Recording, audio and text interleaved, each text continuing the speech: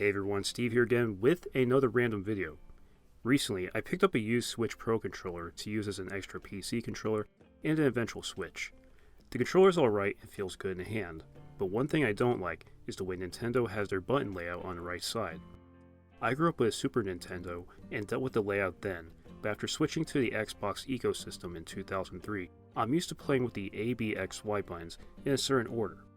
I think it has something to do with the controller grip because when I pick up this style controller, my right thumb naturally goes to the bomb button, as is the case with the Switch Pro controller. I tried playing a couple rounds of Rocket League with both an Xbox controller and the Switch Pro, and noticed it affected my gameplay when trying to relearn the button layout.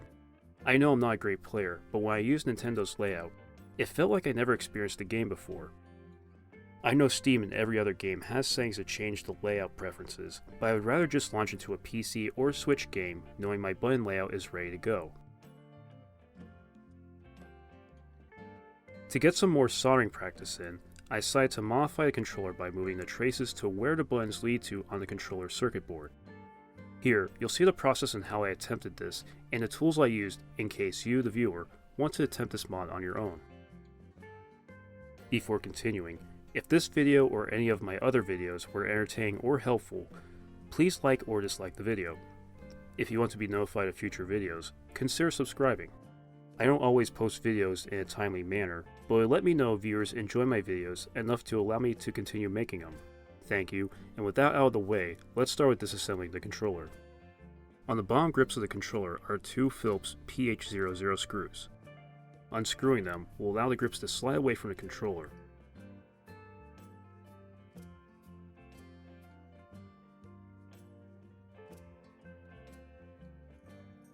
When the grips are removed, behind them are four Phillips screws. One of the screws had a hard time getting out, so I used some tweezers.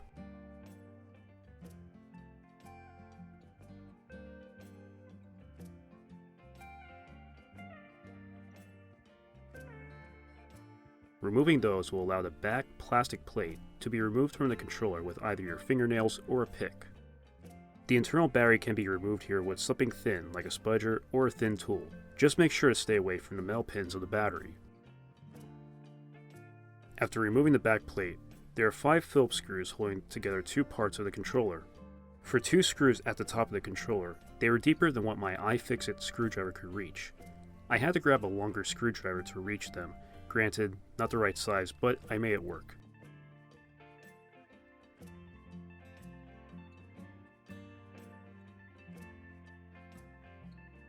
When the 5 screws are removed, the controller can be split in half with a screen opening tool or pick.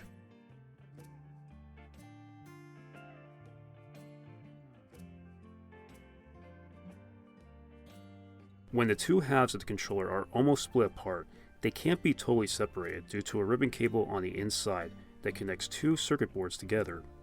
I opted to disconnect it from the bottom board.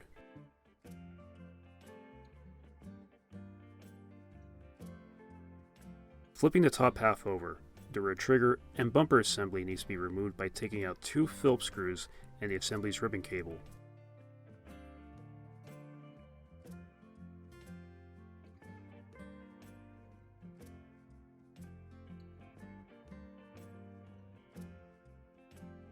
Lastly, there are another two Phillips screws holding the board to the top of the controller, one hiding behind the other half of the ribbon cable from earlier. I temporarily removed the cable to make soldering on a flat surface easier. Now that the logic board is removed, we can get to modding. Looking at the board, the main area that I would work on would be on the right side. The easiest way to swap the buttons around would be to redirect where the traces for the board are going. After going over the board and traces with a multimeter, I found the bottom portion of each of the button pads to complete a circuit are unique to each button. Those would be the traces I would need to redo. My thought process on how to perform this, granted it was on the fly, was to scrape up portions of each trace, cut them in half, and then solder on some thin jumper wire to the new button location. For the wire, I used some 30 gauge stranded wire, removed it from the insulation, and twisted the strands tightly to make a decent jumper wire without loose strands going around to potentially short the board.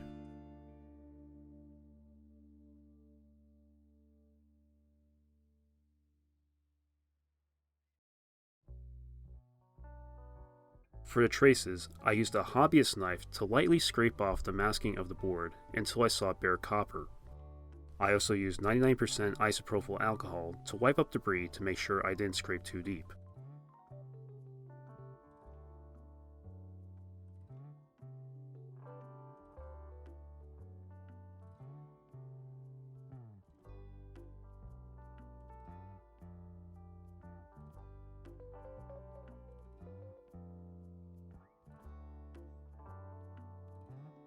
When I was satisfied with how much I scraped up on the A and B buttons, I chose a spot on both traces to break the connection.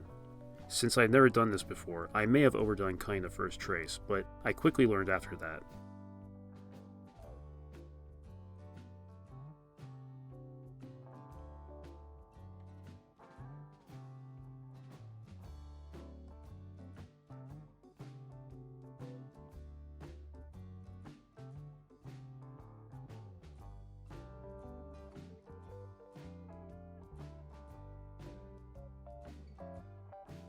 I double checked that I scraped up enough masking and that the connection to each button was severed with a multimeter.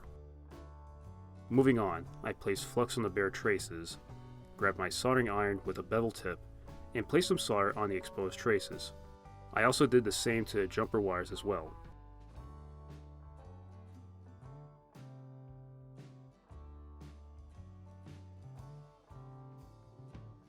I started with the former A button and soldered one half of the jumper onto the board. It was a little tricky getting the jumper onto the board with such a thin trace. I managed to get one end of the jumper on, but I got some of the wire and solder on the button pad. Since the wire wasn't directly in the way of the pad, I decided to keep it the way I had it. I moved the jumper and soldered that to the B button trace and cut the excess wire off when I knew the wire was securely attached.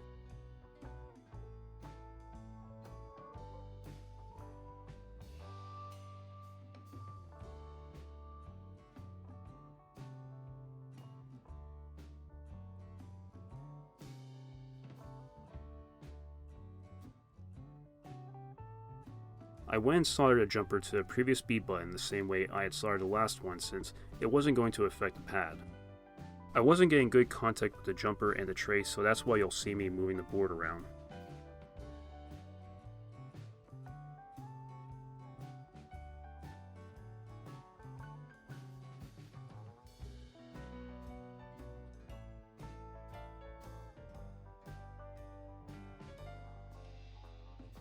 I secured the other jumper end to the A button trace.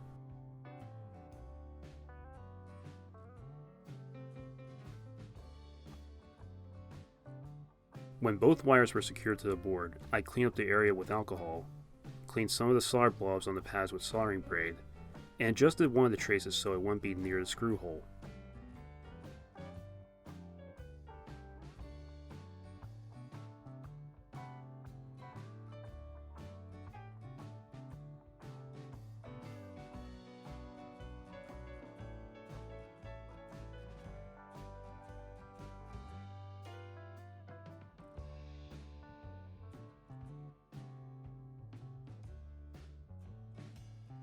I tested the new jumpers with my multimeter and grabbed some Captain tape to secure them to the board. The traces on the jumpers won't be seen when the controller is closed, so it doesn't have to be fancy.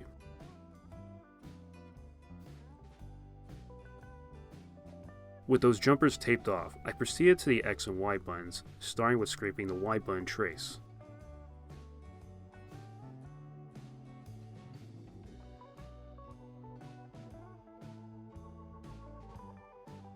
For the X button trace, I'll be breaking its former trace located on the back of the board. The trace is located in between two other important traces, so you must be careful when scraping and breaking it. I marked off the area with a Sharpie to remind myself that this is a small area to work around. I made sure to test the connection afterward, along with the surrounding traces.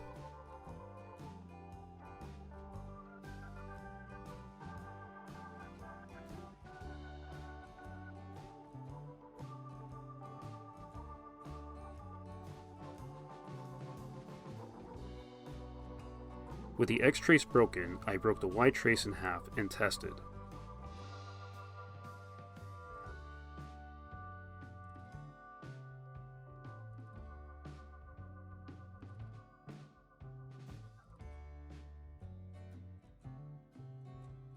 I prepped the traces and attached the jumper to the pathway or via below the former X button and soldered the other end to the Y trace. This was probably the easiest button to remap with the via so close to the actual buttons.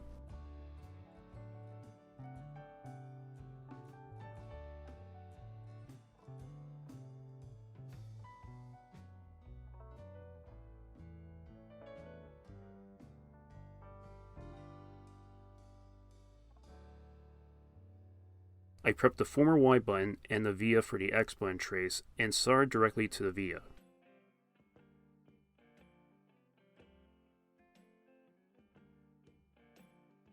I moved the jumper and soldered the other end to the former Y button. I wasn't checking my camera at the time, so I apologize for the obstructed view.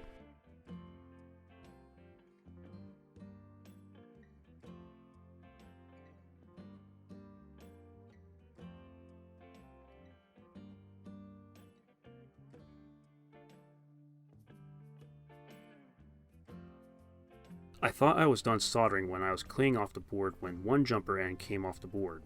Obviously that wasn't a strong connection, so that had to be fixed.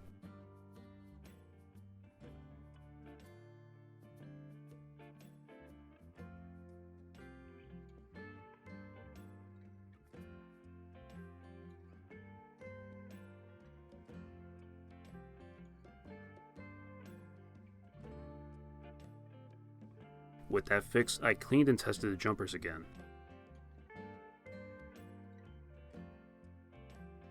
I placed more captain tape on the exposed area and jumpers, and with that, the mod was complete. It was an amateur job, but I have pride in it. Now all that needed to be done was putting the controller back together.